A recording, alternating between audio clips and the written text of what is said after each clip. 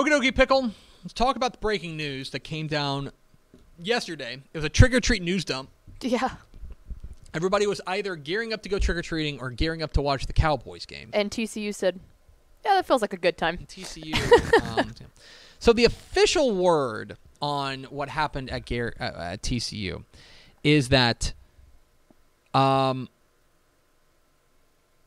officials at TCU asked Gary Patterson to finish the season. But they were going to do basically like an Ed Orgeron thing, right. Which is we want you to finish the season out, and then you're gone. Right. Then you're out. And instead, he said, "Nah, I'm done right now." So Patterson will be replaced. Gary Patterson, I guess I should say from the outside. Gary Patterson is out at TCU. Jerry Kill will be the former Minnesota coach. Will be the interim head coach for the remainder of the season.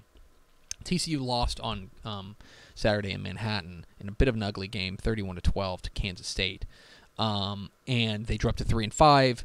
They've still got Baylor, they've still got Oklahoma State, and they've still got Iowa State. They've got a brutal schedule. Their chances, and they have a game against Kansas. Their chances, I think, I would rate their chances even with Gary Patterson at the helm of making a bowl as slim and slimming. Yes.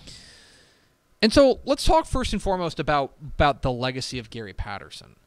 Gary Patterson was the second longest tenured coach in college football across the nation. Mm-hmm. Okay, only behind Kirk Ferentz at Iowa.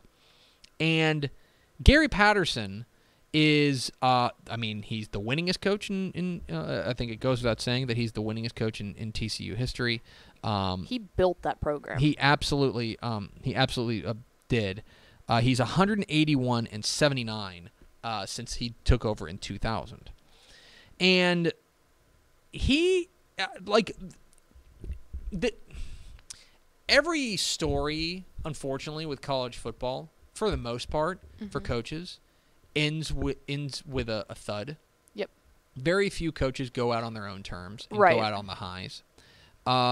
There's already a statue of Gary Patterson at TCU, and I think that's telling because he deserves it. Oh, absolutely. He's a guy who not only turned TCU into a power in college football, a perennial team that you think about there, took him to a Rose Bowl.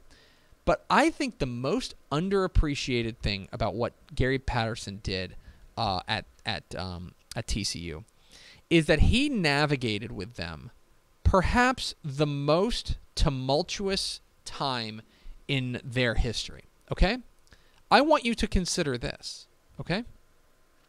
Gary Patterson, his first year, when he took over technically as the interim coach, do you know what conference they were in? Mm-mm. They were in the WAC. Mm-hmm. The next year, they moved to Conference USA. Yep. 4 years later, they moved to the Mountain West. Mm-hmm. 7 years later, I think it was, they moved to the Big 12. Yeah, 2011. This is a guy who helped to navigate TCU functionally from the being left out of the Big 12 whenever the Southwest Conference broke up. Yes. To getting them back to the national stage. Mm-hmm. And he did that by winning. He did that by winning and kind of creating this mythos around TCU about what they did well, how they were able to go and go to the Fiesta Bowl, go win the stinking Rose Bowl, go win a stinking Peach Bowl, right? The way that they were able to do that, and it's kind of like it's almost like he was the first to do it. Right. He was the guy who looked around and said, all right, we're here in Texas, but we ain't going to compete recruiting-wise with Texas. We're not going to compete recruiting-wise with A&M. It's a small private school. And by the way, we're not going to compete with Oklahoma. We're not going to compete with all these teams, all these Raiders that come in and take Texas. So what we have to do is we have to find the gems. We have to find the diamonds in the rough and turn them into stars. Right. And that's what he did, most especially on the defensive side. That's not to say that they haven't been able to get great players. They certainly have. But the way that he was able to build TCU was by going to small towns and finding guys that were a little bit undervalued. That he could develop. Bring them in, developing them into monsters, and letting them go. Okay? and there's a lot to be said about that. I think a perfect example, and this is going to sound a little bit crazy because of what he does now, but I want you to go back, and I want you to think, it's kind of crazy to think about this. I want you to think about Andy Dalton. Mm-hmm. Okay? Andy Dalton was a good quarterback on a pro-style offense at Katy that, plain and simple, that was a team that ran the ball. Now they threw the ball a decent amount when they had Andy Dalton. But functionally, Gary Joseph do what Gary Joseph do. They're going to run the ball. They run a pro-style offense. He was a 3-star prospect coming out of Katy. Okay? He was ranked 707th nationally as far as players are concerned in that class of 2006. Okay? And all that guy did was help guide TCU to a Rose Bowl and help get them to heights. That is, to me, the legacy of Gary Patterson, is doing more with less. Right. And that's what he did. And now they have an opportunity to do more with more because of what Gary Patterson helped to build. Well, and that's the other thing, too, when you take a step back and look at this from not just a football perspective, but had he not had the success that he had and was able to kind of lead that entire TCU athletic department to the Big 12 stage, that helped literally every other sport that is involved. We kind of talked about that with Commerce moving up to D1. Like, this is big for the football program, but it's really, really big for all of the rest 100%. Of the Title IX sports that they have. And so he took that, not just the football program, and made something out of it. He legitimately raised that entire athletic department. He raised the profile of TCU, the university. Yep. And that shouldn't be understated. Gary Patterson could be kind of prickly. I think he rubs some people the wrong way because he's a strong personality. That's just the way that he does things. And in the end, what ended up doing him in was that his calling card was always an elite defense. They ran that 4-2-5 defense, which was always just extremely difficult to play against. And in the end, I think it was twofold.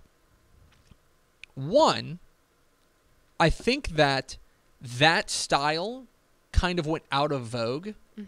And it kind of like that, his style of defense, like the Big 12 kind of caught up to him defensively. When you do it for 20 years, it's easy for people to kind of start putting their finger on what you're going to do. And they were, you know, I think you look at the numbers this year, their defense is just plain not good. Just not good. And of course, the past couple of years have been pretty rough. And so the legacy of Gary Patterson, I think, needs to be one, like an ultimately positive one. And I think that you're seeing that from people. Okay. So now comes the big question, which is what comes next? What comes next? And look, it's strange because TCU, like, they haven't had to make a hire in 20 years. No. This is so much like, at least in my lifetime, when Mac Brown was let go from Texas. Like, you have the respect, you do this, and then it's like, okay, hang on. Now we got to think about a whole new look here, too. Like, what are we going to do? Yeah. What do we want? How do you go about this? Now, and look, I do think, like, the word around coaching circles is that this is a really good job. Yes. This is a really good job. The facilities are good. The facilities are great. And part of it is because Gary Patterson has been there for so long. I think there's a sense that they're going to let you cook. They're going to let you do your thing. It's not you have exactly 3 years and you win the championship or you don't, you know. And so this is, needless to say, an extremely important hire. And especially when you talk about, in many respects, the same things that we were talking about with Texas Tech coming open, which is the Big 12, their landscape is shifting. Yes. And Texas and OU are leaving. Cincinnati, Ohio, or Cincinnati, yes, Cincinnati is in Ohio, dum-dum. Cincinnati, Houston, BYU, and UCF are joining the conference. Yes. There is a vacuum at the top for who wants to be the top dog. And TCU is, among many other teams, going to be vying to fill that void. And this hire is going to be extremely important. At TexasFootball.com, Mike Craven, our college football insider, lays out 5 candidates he thinks for the job. Here are some names that you're going to hear a lot. Okay? You're going to hear the name Sonny Dykes a lot. Sonny Dykes, of course, is the coach at SMU. Before he was the coach at SMU, he was an analyst at TCU. He has some history there. And he doesn't have to move. He obviously does have to move across town. He obviously knows the landscape of DFW recruiting. Yep. Right? He knows that landscape. He understands it. It would be. I mean, let's just be real about it. The American Athletic Conference is not going to be as strong as it was. Mm-mm. The Big 12 is going to be stronger than the American Athletic Conference. I think it's fair to say that that would represent a move up to what from SMU to TCU. That is a name certainly to keep an eye on. He certainly has success. We'll see there, and he's he knows the area, and yeah, I think that's something certainly to keep an eye on. Another thing to keep in mind, by the way, about this is that because TCU is a private school, there is a large assumption they got a lot of money. Mm-hmm. I mean, they were paying Gary Patterson $6+ million a year. So, another name you're going to hear a lot about is Justin Fuente. Now, Justin Fuente may be a name that is off your board, right? Justin Fuente was an assistant during those kind of glory days of Gary Patterson when they were winning Rose Bowls and stuff like that. He was co-offensive coordinator for that Rose Bowl team. That success, that really served as the jumping off point for him. Justin Fuente at TCU became the real hot assistant. He goes from there to Memphis. And Memphis goes nuts. They win a conference title. They get a bowl win, blah blah blah. Then he goes and becomes the head coach of Virginia Tech. Now, he's been the head coach of Virginia Tech since 2016. Now, let's talk about this.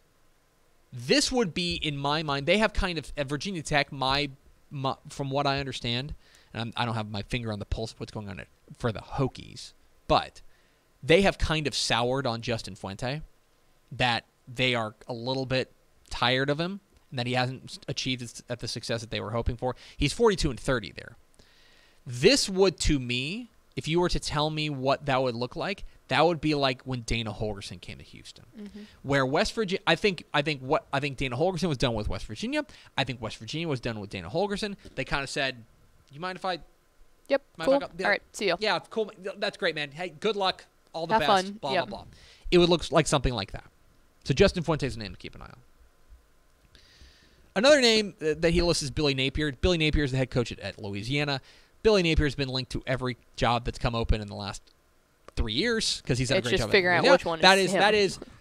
Billy Napier is presently, aside from the guy we're about to mention, the hot G5 head coach that is going to get mentioned every time a job comes up.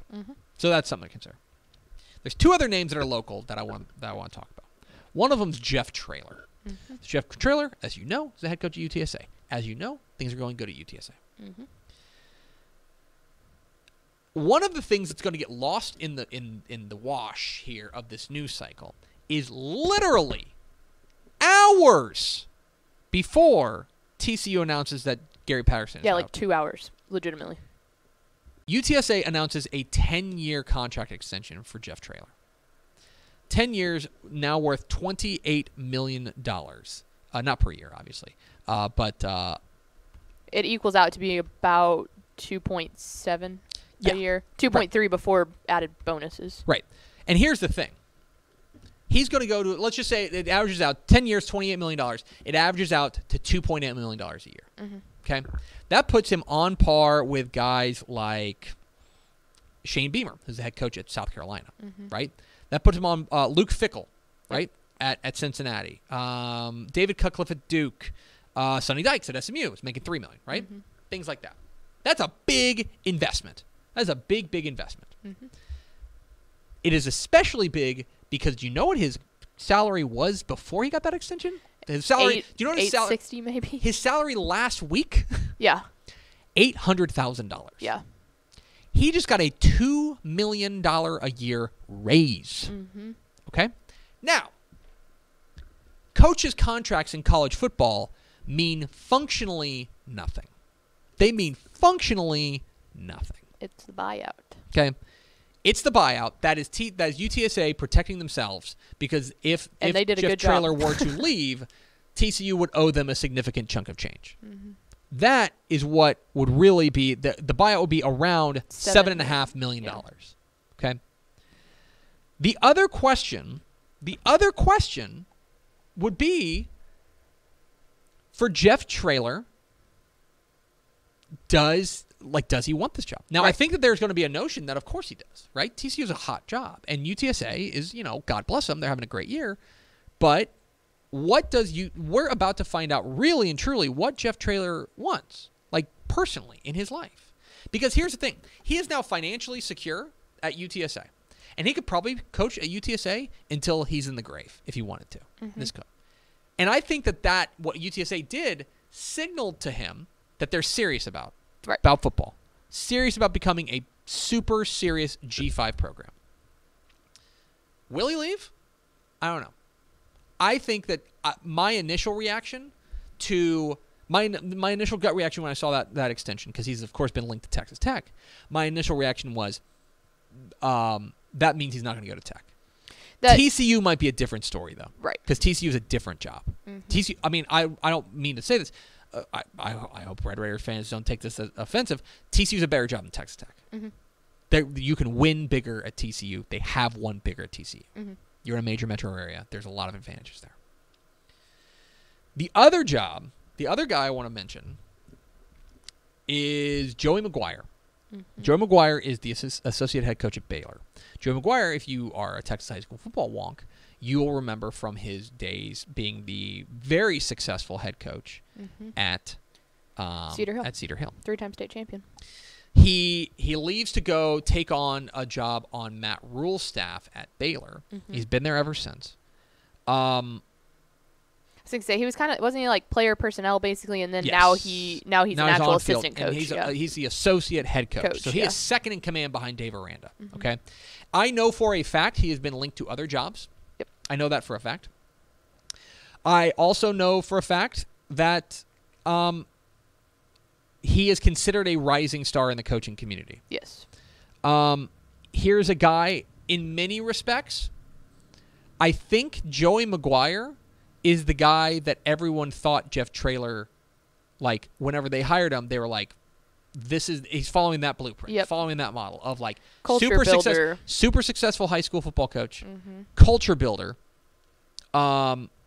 paid his dues in the college ranks. Yeah, and will hire great assistants. Earned the respect in the college ranks, but his connection to high school football coaches will be a boon for whoever hires him as a head coach.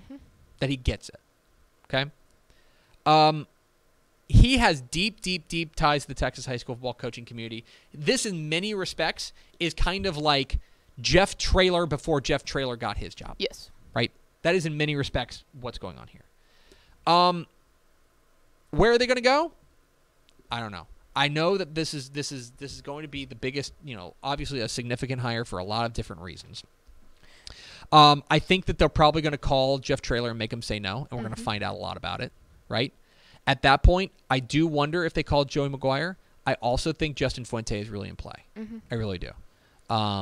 That's my read on the situation. It's obviously huge news.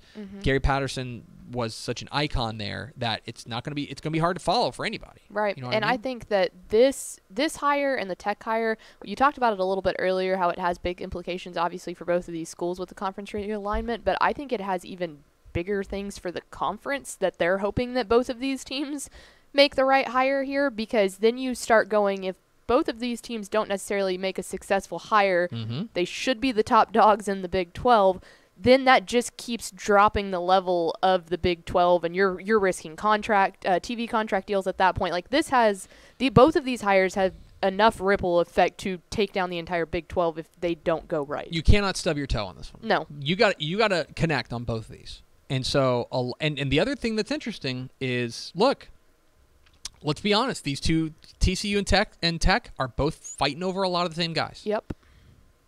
We'll find out a lot about it. It's obviously huge news. Gary Patterson out at TCU. Hey, thanks for watching this clip here on YouTube. If you like this kind of stuff and you want more of it, make sure you subscribe to our YouTube channel. And remember, you can watch us live every weekday at noon at TexasFootball.com, Facebook, Twitch, or here on YouTube. And if you want more of the best coverage of football in the state of Texas, check out TexasFootball.com and become a Dave Campbell's Texas Football Insider at TexasFootball.com/subscribe.